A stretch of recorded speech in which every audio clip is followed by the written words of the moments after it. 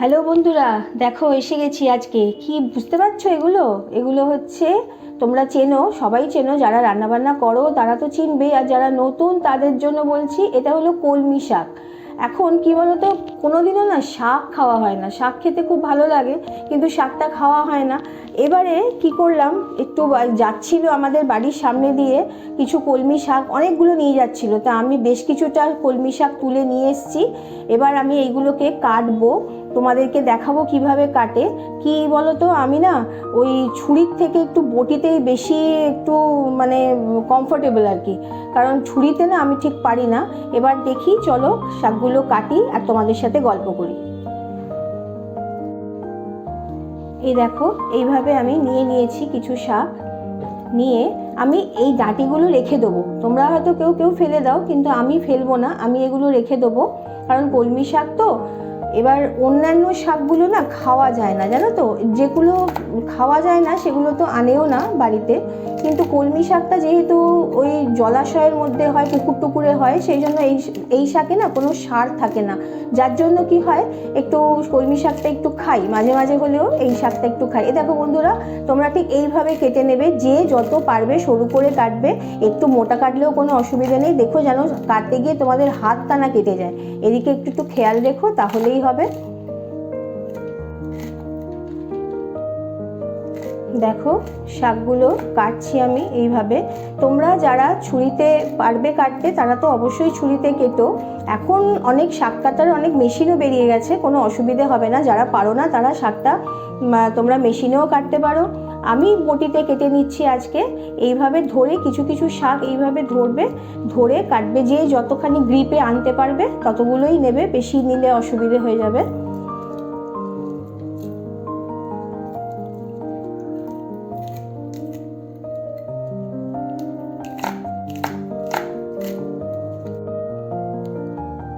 দেখো শাক আমার কেটে রেডি করা হয়ে গেছে। চলো এবার শাকটা কিভাবে ধোবো তোমাদেরকে একটু দেখিয়ে দিই। আমি শাকটাকে আগে একটু ভিজিয়ে নিই, শাকে তো অনেক নোংরা থাকে, তো সেই জন্য শাকটাকে আগে একটু ভিজিয়ে নিচ্ছি। ভিজিয়ে নিয়ে তোমরা কি করবে, শাকের যেটাতে শাক রাখবে, যে পাত্রতে, সেই ঝুড়ির থেকে আরেকটু বড় একটা পাত্র নেবে। আমি যেমন এইটা নিয়ে নিয়েছি। নিয়ে শাকটাকে জলের মধ্যে একটু ভিজিয়ে রেখে দেবে, তাতে কি হয়, শাকের মধ্যে থাকা যত মাটি বলো, নোংরা বলো, সেগুলো একটু চলে আসে। আমি শাকটাকে এইভাবে এখন কিছুক্ষণ ভিজিয়ে রেখে দেবো জলের মধ্যে। এই যে শাক আমি ভিজিয়ে রেখেছিলাম, দেখো বেশ কিছুক্ষণ। এবার দেখো আমি জল থেকে তুলছি, জলের মধ্যে কিন্তু অনেক নোংরা আছে, যদিও আমার পাত্রটা কালো, তোমরা দেখতে একটু তোমাদের অসুবিধে হবে। তো তোমরা দেখবে যে কোনো শাকই ভিজিয়ে রাখার পর যদি তুমি তোলো, তাহলে দেখবে অনেক নোংরা থাকে। আমি এবার এটাকে ঝুড়ির মধ্যে রেখেই ভালোভাবে একটু ধুয়ে নেব। এইভাবে ভালোভাবে ধুবো।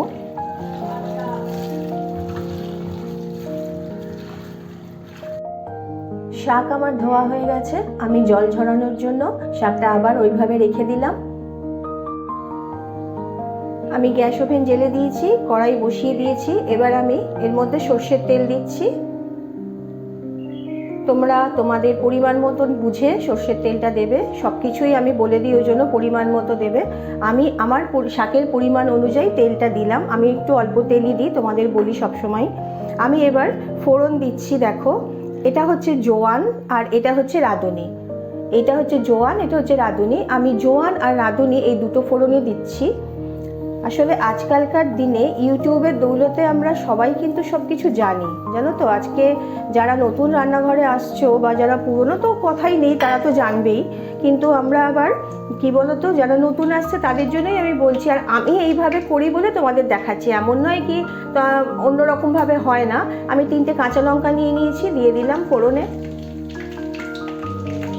ফোড়নটা একটু হতে দাও। জল ঝরিয়ে রাখা শাকটা এবার আমি দিয়ে দিচ্ছি।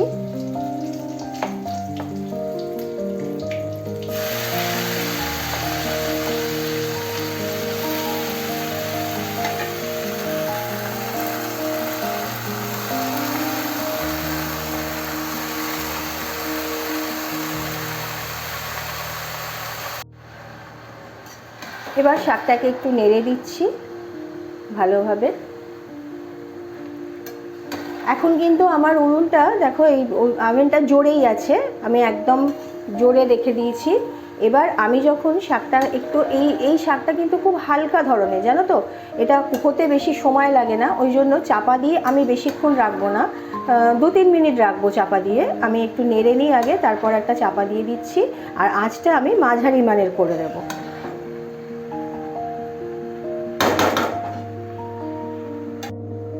আঁচটা মাঝারি মানের করে চাপা দিয়ে দিলাম।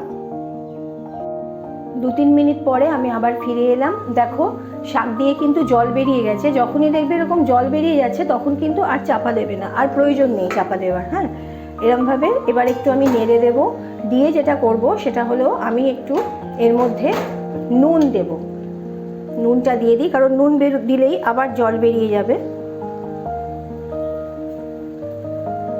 অনেকে নুনটা পরে দেয়, কিন্তু আমি এখনই দিয়ে দিচ্ছি, কারণ জলটা বেরোলে একেবারে হয়ে যাবে, কারণ একটু দেরিও হয়ে যাবে নুনটা পরে দিলে। আমি নুন দিয়ে দিলাম পরিমাণ মতো।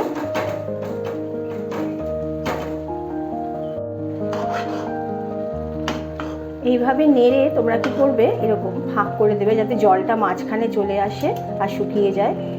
এবার কিন্তু আমাকে ফ্লেমটা জোরে করে দিতে হবে। জোরে করে দিলাম। এবার খুলেই রেখে দেবো, আর চাপা দেওয়ার দরকার নেই।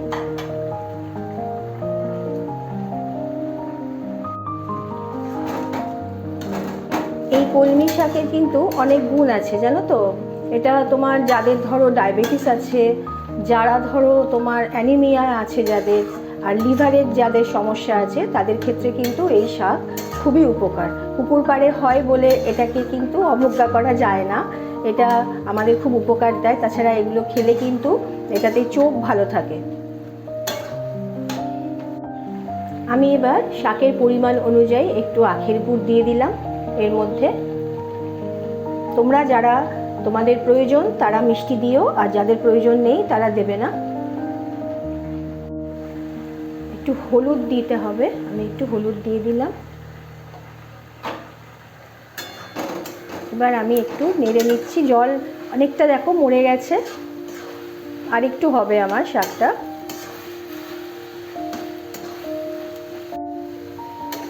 দেখো কতটা শাক ছিল, একেবারে কড়াতে ভর্তি হয়ে গেছিল। কতটুকুনি হয়ে গেল শাক, শাকের নিয়মই তাই, তাই না বলো। দেখো মোটামুটি হয়ে গেছে আমার। এবার আমি নামিয়ে দেবো।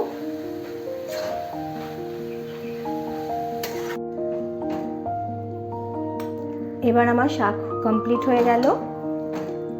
বন্ধুরা তোমরা এইভাবে করে দেখো, খেয়ে কীরকম লাগলো আমাকে কিন্তু কমেন্ট বক্সে অবশ্যই জানিও।